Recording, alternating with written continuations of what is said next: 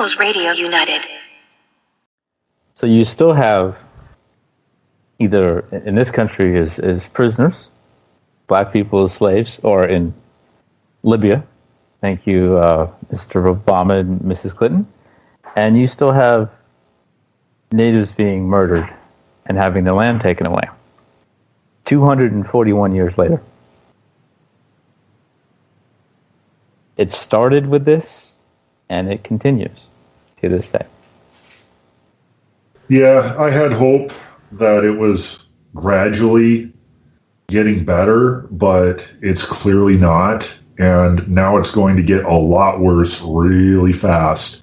You know, I woke up this morning and I had a thought. It just like hit me. I was like, as I was waking up, I was just kind of thinking about things, especially the development over the last week. And then just all of a sudden I was like, holy fuck, we could see the return of chattel slavery. We have it in the prisons. There'll just be more of that.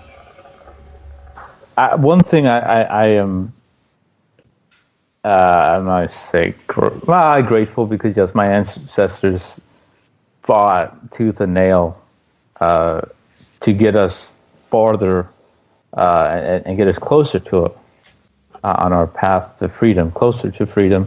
That I am grateful that we now have the power to stop that, because we, along with legitimate white allies, were able to get ourselves out of slavery. But at the same time, we didn't have the power to stop slavery when it was starting. But now, because there's too many of us, and we do have some influence in this country. It's not a lot, but I'm pretty confident if that was somehow trying to be put into place, we could stop that. And I just wonder, we've had conversations about it. I've had conversations about it with different black activists and intellectuals, native activists and intellectuals, but what will it be that alt-white pushing for that so hard, and then that's how the Civil War part dos starts? Or will it be us pushing for freedom non-violently, as we have done for a long time? And some of it, Nat Turner being one, I've taken the other route, and I won't blame him for it. But it's an interesting topic to think about. What is going to either start the revolution or start another civil war? It's going to be one event that's going to set shit off. It always starts with one event that's built up off of years and years and years of other events. But one event usually is the flashpoint, but nobody knows what that's going to be. But I think we've said that before on here. Something's going to happen and shit's going to kick off. But you know what, though? White people, too, need to think about this, because, like I've been saying for many years, Kelly Thomas was white, son of a cop. He was beaten by cops. He wasn't safe from anything. All those cops got off. And now you have the J20 defendants, mostly white. They're looking at lots of years locked away fighting for people's rights. So it's everybody. White people can't say, oh, this doesn't affect me anymore, because it's going to affect you just like it affects everybody else more and more as time goes by. Lauren Love, Matt DeHart, Chelsea Manning, Edward Snowden. Well, that's where this is ultimately leading, is the joke is going to be on white people, because, you know, I mean, they get away with it on black people, they get away with it on Native Americans, they get away with it on this group. Eventually they're going to work up to straight white people, you know, and at that point, You know, a lot of white people are okay with it because it's not happening to them. And then there's this whole thing of, you know, that plays into systemic racism where nobody wants to be at the bottom of the food chain, you know, and white people in America are not the ones at the bottom of the food chain. You know, I mean, I hear about, well, poor white people, it's about class. No, a poor white person still has it better than a poor black person. I know because I've lived as a poor white person and I've had poor black friends and seen what they go through and compared it to what I go through, and what I went through was nothing compared to what they go through. So, but, you know, white people don't want to give that up. And I think there's a lot of like self-denial about that. You know, I won't acknowledge that, because if I acknowledge that, then I have to admit that I have a preferred place in this hierarchical psychopathic system of ours. And then I would have to be confronted with the moral dilemma of, do I want to keep that advantage and that comfort that I have, or do I want to share it and give some of that up? You know, I think a lot of people just don't want to deal with that moral question, so they're in denial about it. But eventually, this is going to catch up to them. Yeah, I think that explains basically the foundation of the caste system in India. It's the same goddamn thing. But I think why we've seen the refocus in the labeling using the political extremes of left and right, that's a way of including white people into the enemy. Like you said, right. Almost all the J20 defendants are white, but what are they labeled as? Left, Antifa, you know, socialists. That's making them the enemy. Color is disappearing. Freedom fighters. Well, I do take issue with that as well, Glenn. You're trying to label someone who is putting themselves out there for other people just to discredit them, when you're the one who has the problem and is creating the problem. But at the same time, aside from those legitimate white allies and the ones that I share this program with each week, we've had a close to doomsday situation before, or at least doomsday-like, the Great Depression. And what ended up happening was things got fixed for white folks.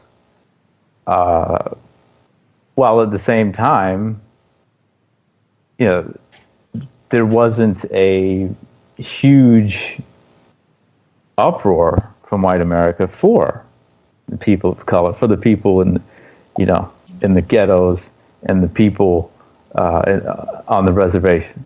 It was just for them, and if I was a white person, for me, for us, just let's take care of ourselves.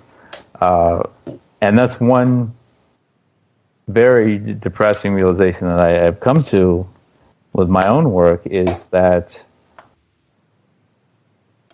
as a whole, white America, it's just, they're not going to help, no matter what, until we are able, and I say people of color and legitimate white allies, are able to make our voice strong enough and loud enough where you can't quash us anymore, you can't silence us anymore, and we twist the arm of white America to the point where it's almost going to snap, and they go, okay, fine, we won't have this racist place anymore.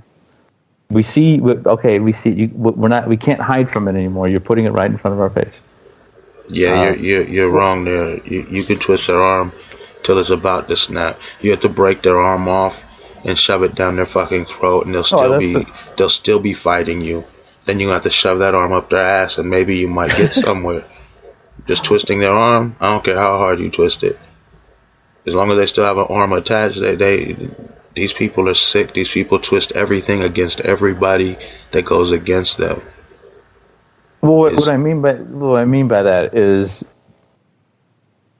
twisting enough arms of that group, white America, so this country can finally fall, and the system can finally fall, and we can actually build something that is much closer to freedom, and hopefully something that is puts freedom as a main ideal, and not just in some bogus fine print of all men are created equal, but really only cisgendered white straight men are created equal.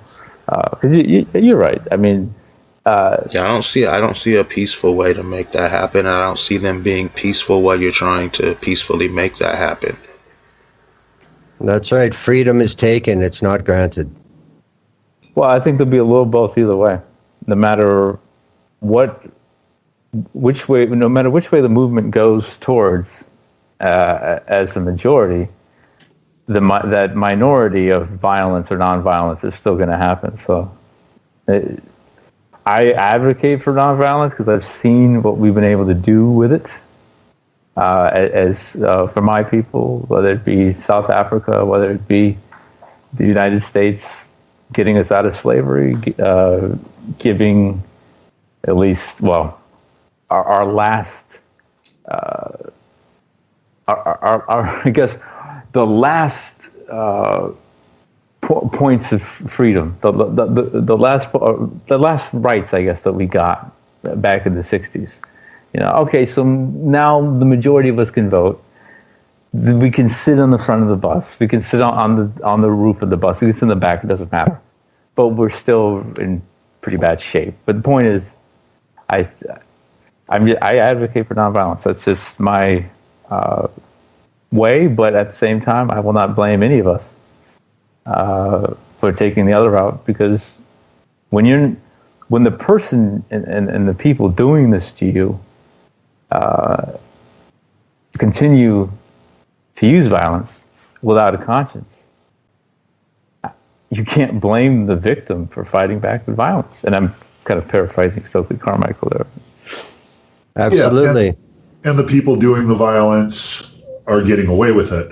The people perpetuating violence against people of color and such. I look at these like Antifa events. That's not how, that's not how I go about things. But like, I'm looking at that and I'm like, I see people beating up people with bats, beating up people who want genocide, and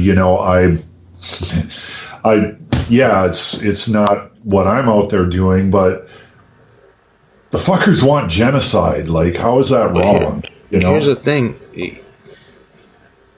They can say whatever they want about these cats, but they're out there putting in work. They'll fight with police. They'll fight with any fascist. Yep. It's not like a group that will go out there and hug the police and cater to the police while claiming they hate fascism. Right. These cats are saying, like, eventually it's going to come down to this. There's not going to be a revolution where everybody's happy and nobody dies. That's fiction, dude. It's going to be bloody. It's going to be a lot of deaths on a lot of different sides before it's all said and done. Unfortunately, that's just the way I think things are in this sick world. We have warmongers trying to stop us from being free, and they don't really care if you're hugging them and holding picket signs and singing, and you know what I mean? Right. Well, I really respect what Nolan says. Yeah, in a perfect world, that's the way to change.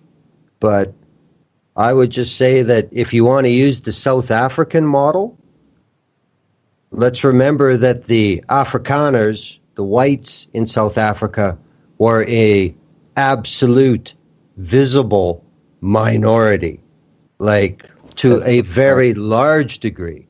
So, I mean, if you want to see anything like that happen in the United States, I think you're looking at waiting another 50 years before it's possible. Yeah, the numbers, although people of color will be the majority soon enough, it won't be that high of a majority. You're absolutely right. This is This is people's faults from, that didn't fight before. And then we're going to say, oh, let's wait again another 50 years for this, or let's wait on this, and then the next generation has to say, oh, these assholes before didn't do anything. Somebody has to just step it up and say, let's get this over with. Because they're going to only get more powerful. They're only going to get better technology. It's only going to get harder. Yep.